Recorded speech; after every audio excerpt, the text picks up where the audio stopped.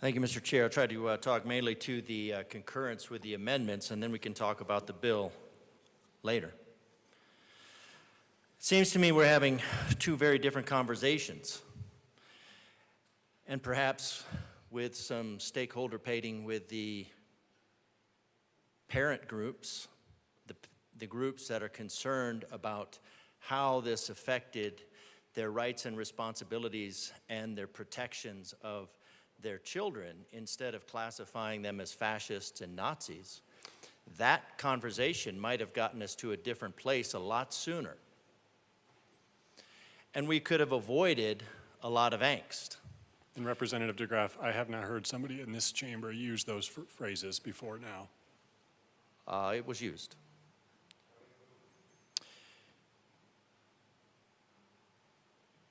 So feeling safe in public spaces, that's an interesting one because many have been denied feeling safe in private spaces. And this is not a but tradition argument. And the idea that somebody is deciding who gets to be fully human is interesting, coming from people who determine that preborn humans are not fully human. But let's talk about this bill. This is not about a hate or dislike of a community. This is about, let's start with the safety clause, because that's perhaps my favorite part, being from El Paso County.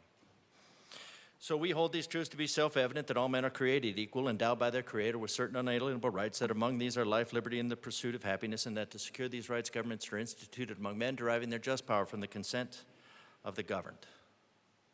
So who is sovereign? Who has rights in this country? The citizens. And this legislation, as civil servants to serve the people of the state, we are here to secure those rights. And this bill, Operation Stranger Danger, because we were initially talking about keeping secrets from parents, to the extent of secreting them away on couches, hidden away from their parents, who are obviously going to be worried sick about them. So this bill is still about that, because this bill is the foundation for that. That has not gone away. It has not gone away. The sponsors have said it. The bill is structured for it.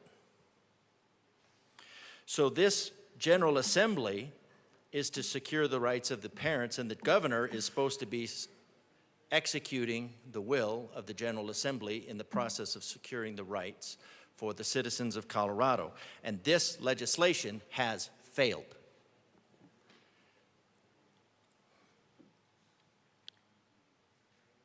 Because parental rights, children are not the chattel of the state to be modified by the state into what the state thinks they should be. And that's what this bill was.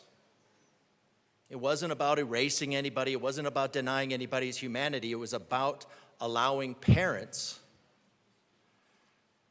to act as the fiduciaries and act along the responsibilities, their Creator-endowed, self-evident rights, and those rights are based on responsibilities, and those, we would go back to our initial documents and say they are entitled per the laws of nature and nature's God, and that's how we see family structured in nature. This bill intended to strip that family.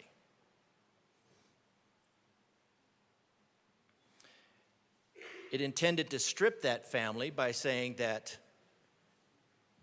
not wanting a child to go into a lifelong of pharmacological and surgical experimentation, and it is experimentation because there are no actual guidelines for this. So a parent not wanting their child to go into a lifelong harm of pharmacological and surgical experimentation, that was considered coercive control, as was birth naming a child. Now, dead naming, when you say dead naming, that's an ideological, because the reason for dead naming is it's a psychological ploy to elicit a disgust response. It's to bias the conversation. It's to turn children against parents. That was the intent of this bill. Fortunately, the Senate had some good sense to remove some of that. So this is not about the hate or dislike of a community. This is about the protection of children. I tried in a bill 1254 to protect children from hacks and charlatans, and this body shot it down. This bill was about imposing an ideology in place of self-evident creator-endowed rights. And then, in order to protect it, it's couched as a dislike of a community because the idea is to pit communities against each other.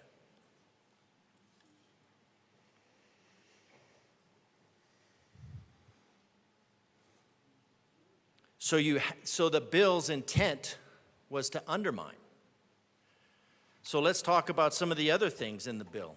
Now this bill, for me, would be a great example of why we need school choice, like actual school choice, not school choice where the state maintains control, but school choice where parents can actually put their kids in an environment where they can thrive, instead of trying to force them all into a mold, into your statist mold.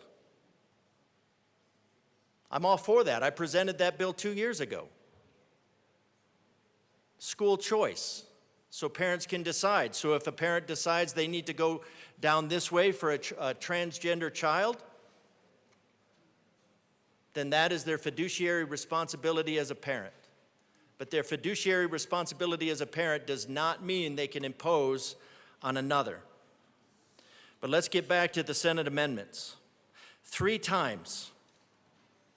I like the sponsors, but I still don't understand 3 times exactly, because if they've already changed, if they haven't changed, why would they change? And then do they know that they need to keep one in reserve to change back? And do they know that every time they make that change, they create a problem in their credit, their mortgage, their background check? Because identity laundering is a red flag. It is a red flag. In previous bills, I tried just to say, you know what, instead of male-female, because that seems the biblical idea that God created mankind male and female seems to be anathema to this body, so we tried to just change it to XXXY, because that is chromosomally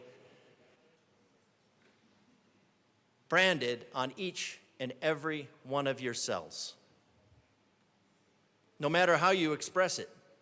Doesn't matter what you wear. You're either XX or XY. Yes, there's some differences in there, but overall, overwhelmingly, it's either XX or XY. And that is physically manifest in certain ways in nearly 100% of the cases. So putting XXXY, because why would you change your sex designation? Because you can't change your sex.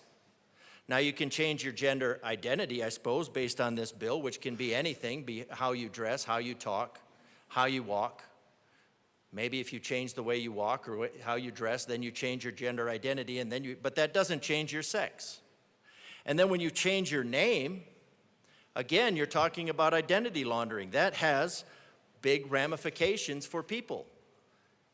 And it's not just a $15,000 It's not just a $15,000 unfunded mandate on our municipalities. It is a massive 55 seconds, sir. mandate. That takes a lot of reprogramming, takes a lot of work. So there's a lot of things that the sponsors obviously didn't think about in their good intentions, and here we are. On that nice shiny road to hell.